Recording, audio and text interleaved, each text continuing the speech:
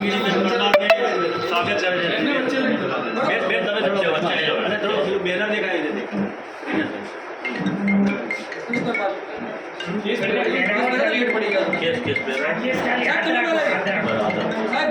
બેન આમાં જો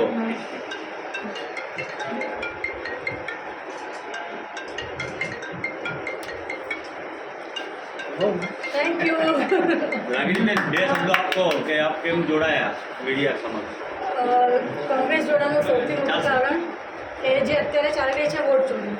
સામાન્ય નાગરિકનો આપણો હક છે કે આપણે વોટ આપીને સરકાર ચૂણીએ છીએ હવે બીજેપીએ એ પણ હક લઈ લીધું છે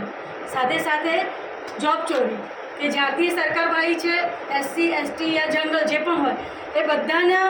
વ્યવહાર એની જોબમાં જે વેકેન્સી આવી જોઈએ વેકેન્સીને પણ એમને કટ કરી છે અને જેમાં સરે કીધું કે લેન્ડ ચોરી એટલે મોસ્ટલી બીજેપીનું એક જ કામ છે કે સામાન્ય નાગરિક કોઈ રીતે જીવી શકે નહીં આજે મેં પોતે મહિનાનો 1 લાખ રૂપિયાનો ટેક્સ ભરું છું એ ભર્યા પછી પણ મને સરકાર કોઈ